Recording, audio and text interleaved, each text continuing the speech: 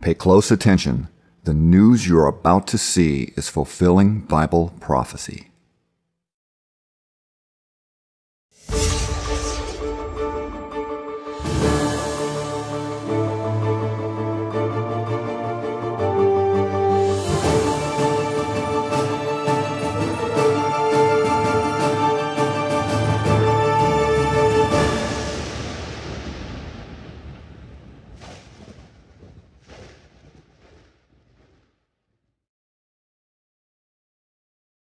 Welcome to another edition of YPN News, bringing you the news that relates to Bible prophecy and foretold by Yeshua Hawkins.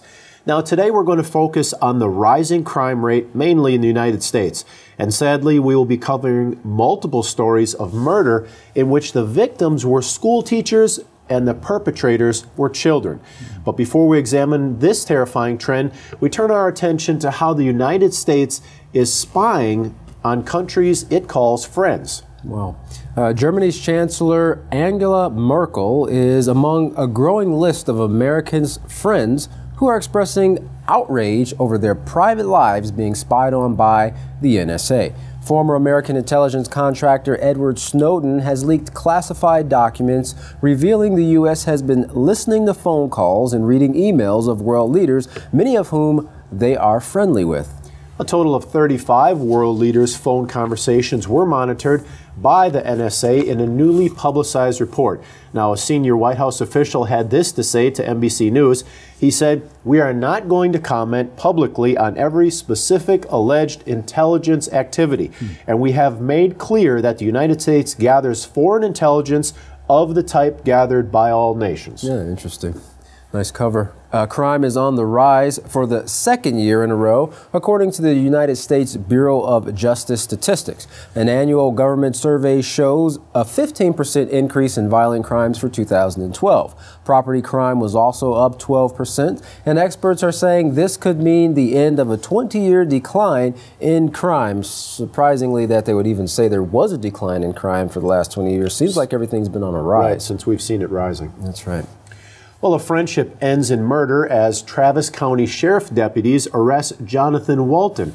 Now, deputies say that earlier this week, Walton killed his friend at their home on Eden Drive in the Hudson Bend community south of Emerald Point in Texas. Police were alerted to the situation by a 911 call made by the suspect himself, of all people. Walton made the call to 911 saying that 28-year-old Nicholas Burr had killed himself. Investigators reported Walton said he had been arguing with Burr when Burr pulled out a shotgun and pointed it at himself. They struggled over it, but the gun went off. But a third roommate told a much different story. Coming outside, Walton hit Burr with the butt of the gun and then shot him. Now, deputies arrested Walton, charging him with murder. Wow, amazing. We now turn our focus over to a big loss for a small school in Long Beach. A daycare teacher was assaulted there this week, and YPN's Larry McGee has our story. Larry, did the incident actually take place in front of the students? Yes, reports are that every bit of the murder was carried out in front of the victim's students at a nearby park just a block away from the teaching facility where she taught. Kelly Taylor was assaulted and stabbed with a knife as she sat unsuspectingly on a park bench monitoring the students she had brought there for recess. The accused assailant, 50-year-old Stephen Brown, was quickly arrested at a nearby shopping mall a short time later, and police are said to still be investigating as to a motive. What has been discovered is that the two were in fact acquainted. Miss Taylor was actually the grandmother of Mr. Brown's children. He is reported to be the boyfriend of the late teacher's daughter, and she is now being questioned concerning the incident. Other teachers arrived to escort the distraught children back to the learning center, and Miss Taylor later died at a hospital from her injuries, while relatives in the community are left mourning at a loss to explain the times when everything has become uncertain and disaster comes ever so sudden. For YPN News, I'm Larry McGee. Katan Jeff, back to you. Wow, terrible. Getting worse and worse out there. Well, another teacher in the state of Nevada lost his life as he intervened as another student at a middle school went on a shooting spree. Now, the student who was the shooter in this case is dead, and authorities are trying to piece together the events that led up to the latest in an increasing round of school shootings. That's right. The scene in Sparks, Nevada at Sparks Middle School was chaos as 2 students were wounded and a teacher was killed before the gunman killed himself. Students and others met at a nearby church to remember their friend and teacher, Michael Lansbury.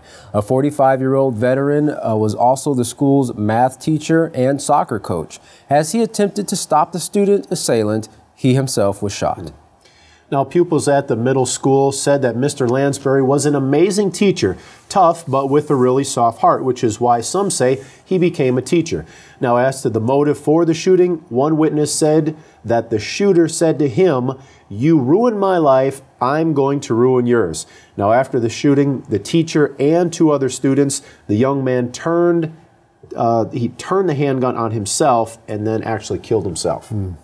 Police officials say that the semi-automatic handgun was owned by the student's parents, the shooter's parents, and police scanner radio describes a chaotic scene as students and teachers, they huddled together in the cafeteria as these tragic events were taking place. And the police, of course, went on at that time to look for the shooter. Of the 2 students that were shot, one was shot through the shoulder and the other in the abdomen, and both say, authorities say, sustained non-life-threatening injuries, and they're suspected to be okay. Now, students and even Senator Harry Reid took to Twitter praising Lansbury for his bravery. Senator Reid saying, "Michael Lansbury, veteran, wonderful math teacher, admired by students, died a hero."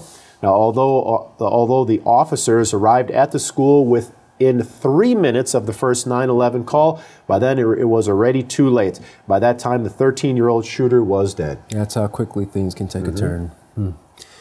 Now, as we close out this news broadcast, we remind you of the continuing moral decline of our children as yet another student is accused of murdering a teacher, this time in Massachusetts. Phillip Chism followed his math teacher, Miss Ritzer, into a restroom, which she was using because the faculty restroom was locked downstairs, so she went to the second floor student restroom. Chism then punched the teacher, took out a box cutter, and slashed her. Now, authorities believe the boy then took her body, put it into a recycling bin, and rolled it out the building and into the woods, changed his clothes, went to a movie theater, and then started wandering around town until the police finally caught up with him. Now, as far as a motive goes, no one knows. The teacher was beloved by her students, praising them often for their work publicly, going the extra mile to help them succeed. Now, the only connection between the 2 was that the student, was in her class. Right. She graduated cum laude and was going to graduate school. She still lived at home with her parents. And because she lived at home with her parents and they were used to her coming home at a certain time, when she didn't, they became concerned and called police. And that's when authorities went to the school. They saw blood in the restroom in which she was attacked. And that's when things started to unfold. Wow. Now, with all this misery in the news today, it's easy to point the finger at the one who committed the crime. But did the problem really start with the one who committed the offense, or did it start many years before? Yeshua Hawkins has been warning the world what their ways would bring and giving them guidance as to what we could do to prevent disasters from befalling us. Believe it or not, these people are not guilty of their crimes. How can one be held responsible for practicing what they were taught to do? Do I have your attention? Great. Contact the House of Yahweh to find out why Sandusky, as well as these students, aren't guilty and what you can do to prevent another generation of children from becoming oppressors through teaching them the Peaceful Solution Character Education Program. Here's how. You can contact the House of Yahweh by writing them at The House of Yahweh, P.O. Box 2498, Abilene, Texas 79604. Or you can call them at 1-800-613-9494. You can visit them at their website, www.yahweh.com or www.yeshuahawkins.com. You can also email them at info@yahweh.com. And for any calls outside the United States, please call the number on your screen now. Up next, Yisrael Hawkins educating the world in the solution of peace. From all of us here at YPN News, I am Katan Alexander. And I'm Jeffrey Heimerman. Thank you for watching.